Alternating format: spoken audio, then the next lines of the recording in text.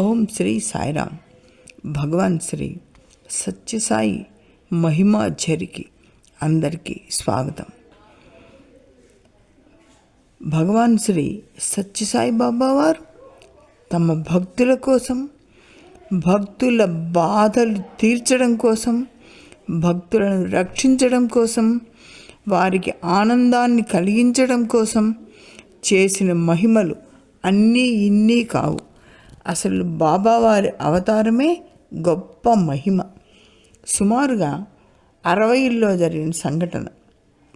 అప్పుడప్పుడే ప్రశాంతి నిలయం నిర్మాణం జరిగి చుట్టూ ఇసుకలో భక్తులు కూర్చుంటూ ఉంటే స్వామివారు వచ్చి దర్శనం ప్రసాదించి పాద నమస్కారాలు, వారి అర్హతను బట్టి అనేక వస్తువులు ఇస్తూ ఉండేవారు.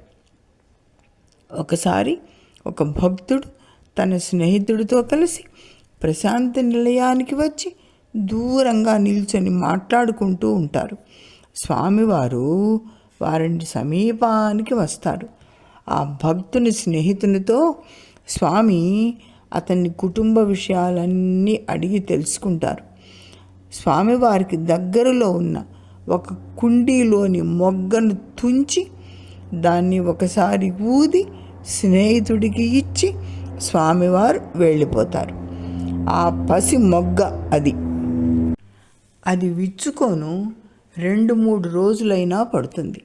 స్వామివారు పసి మొగ్గను ఎందుకు ఇచ్చారు అనుకొని ఆ భక్తుడు స్వామి విచ్చుకున్న పువ్వును ఇవ్వకుండా ఈ పసి మొగ్గను ఎందుకు ఇచ్చినట్లు?